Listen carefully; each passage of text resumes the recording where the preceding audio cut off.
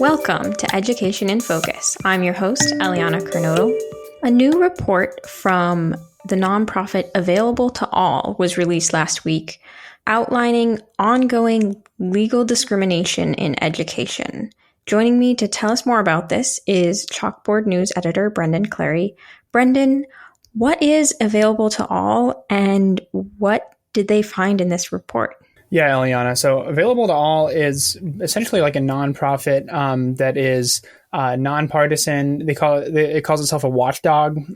Basically, I think that their whole thing is just that you should be able to attend. There should be equal access to the nation's public schools, right? And so that's the crux of their argument, is that if you are a student, you should be able to have an equal shot at a very nice performing public school, just like the people who live in maybe a certain geographic area, right? And I can get a little bit more into that and sort of the specifics around that. So the report itself is tied to the 70th anniversary of Brown v. Board of Education, right, which is this landmark desegregation case from the Supreme Court that essentially said, we have to rethink how we are approaching public schools and, desegregated schools.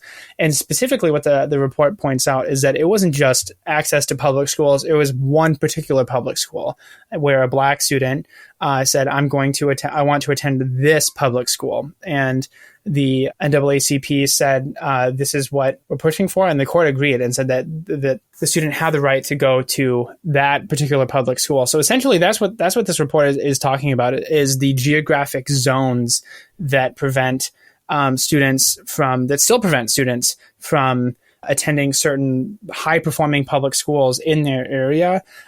Basically, 70 years after this, there's a lot of segregation based on socioeconomic status. It's not specific to race, as it was in the 1950s, but it's almost everything but, right? And so that's sort of what they're pointing to, is that there is this legal sort of what they call discrimination happening all around the country, right? With these school districts that are, nominally very progressive, even like the Chicago Public School district is very, and I've written about this for Chalkboard. They're trying to do like different equity focused actions, right, to do this and try to, increase the funding for community schools, to bolster for those students and maybe these lower performing schools, to give them more money than the higher performing schools, right, to try to get to this equity focused model. But essentially, there are these mechanisms in which these schools can draw geographic lines about who can come in and who can't, based on, and it's basically kind of breaks down to like, where is the rich neighborhood versus where is the poor neighborhood. And that's like the issue then too is, if you're creating like here's where the line is, and there's this perceived value that a school is better within this geographic zone, doesn't that keep the rates of like the housing rates higher? Right? Doesn't that increase the amounts? Because if you're thinking about it, if you have 3 or 4 kids and you can send them to a public school, is it worth paying more every month for your mortgage so they can attend that for free versus like a lower performing school? And so that's sort of the calculus then, is that it creates these zones that people are priced out of, even though in some of these cases they live, like in Roseville, California, the report mentions, these kids are denied the ability to enroll in a brand new elementary school just blocks from their home.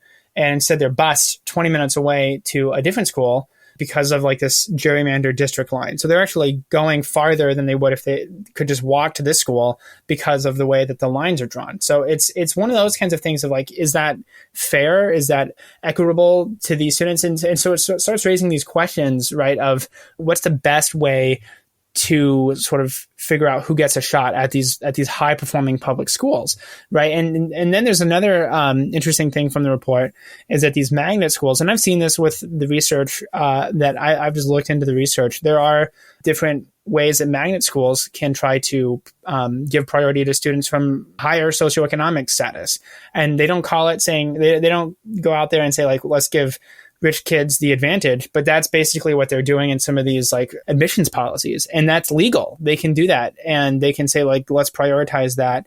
And so it's just kind of this broad look at the different state policies that the report was of, who's got protections against this. Essentially, I think it's just 2 states that have something on the books. Delaware and Florida have a law governing enrollment policies at public schools in the state. And even those have, some pretty significant limitations, the report says. So it's just an interesting sort of thing, and, to kind of get into, because I feel like a lot of people don't talk about this. Yeah. And I always just assumed that it was determined based off of which public school was closest to where you lived. So how is it determined? Yeah, I think that some of these go back a long time, and some of them even follow. There's been research done that shows that these even followed like the redlining maps pretty closely. So like you'll have some of these districts that will follow like sort of this sanctioned discrimination, and like that's essentially what it was when the government said, here's these communities where there's a majority communities of color, we're going to essentially designate them as do not provide them like mortgages and different kinds of financial services. And like there's different kinds of redlining, but that's the biggest, like one of the bigger ones is like if they live in this zone, don't provide them like a mortgage essentially, and don't give them that opportunity to get these financial services.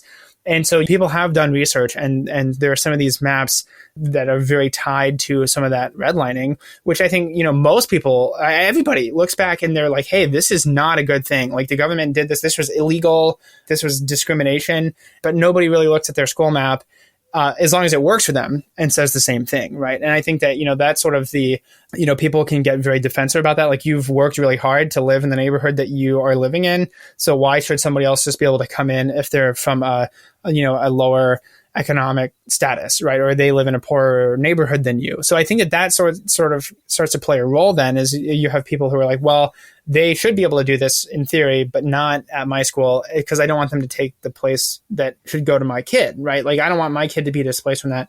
So there's a lot of like, I think animus that you can start to see would be kind of created out of these kinds of conversations about what's the fairest way to do this, and there was some recommendations in the report about like, do you have like a 10 or 15% of the school or like a portion of the school where that attendance is just like a lottery system, like anybody from outside the zone can also apply and be there. And then there's more of a lottery. Another one would be for schools to be required to offer a letter of denial, so you can apply to any school. And like that would be like a policy that a state could enact. If I wanted my kid to go to this school, then they would have to give me written reason why not. And so then like it would just be a little bit more of an enforcement mechanism. What reasons would they be able to provide for them not attending? Like if geography were taken out of the question? I think that there's other reasons like about disability. So that was another thing that the report mentioned is that like, let's say your student has a disability and then the school can say, well, we don't have enough room in this program. And even if it was a disability program, they cite an example of that happening to a family, where a student was going to the school and then he was diagnosed with a disability. And then the school said, hey, we're actually, we're full. And then there's not really any recourse for the parent to say, no, you're not. My son was enrolled and he had a spot and now he doesn't. So like, you need to tell me. And then the school's like, well, we don't have to tell you. We can say we're full. So then that would be like maybe a little bit more of that accountability there. And then along with that would be the right to appeal to a neutral third party. So, and that does happen in 14 states, but there'd be like a way to, go to the State Department of Education or something like that, I think, and say, hey, this is what happened in my school and I'm appealing this decision. Can you do that?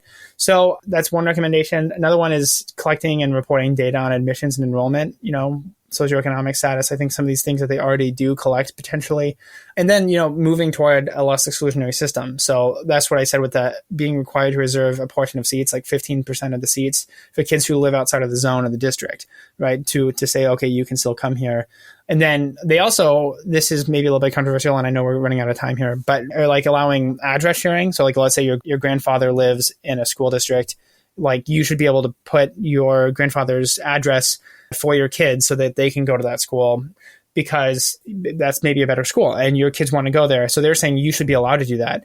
And that kind of gets into this whole thing too about schools hiring private investigators, following kids home from school to see where they're living and actually checking on this. So there have been instances where they've done that and where, people have gotten in trouble for saying that this was their address in order to attend a school. And then that wasn't actually, they were not living within that district or within that sort of zone. So it's an interesting thing. I think a lot of people don't really talk about it. And you see it every once in a while on like an Inspector General report for school district, but especially in some of these like suburban area or like these urban areas where, maybe they have nice magnet schools, suburban families will go to those and then be found out. So it's just an interesting thing. I feel like a lot of people don't talk about it in education. Yeah, it's a very interesting topic, and I'm sure we could go on and on about this, but we're out of time for today. Thank you for your insights on this story, Brendan.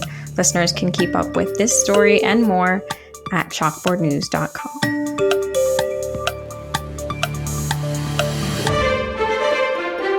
Attention parents, teachers, and taxpayers. Do you care about the decisions being made in K-12 public education? Do you want to know how those decisions impact your students and school district? Chalkboard News has you covered. We're delivering fact-based reporting on the policies that shape school safety, curriculum, and recovery from learning loss. At Chalkboard News, we're cutting through the politics and focusing on the facts behind the issues impacting students, teachers, and families. Get this news delivered to your inbox for free by signing up at chalkboardnews.com.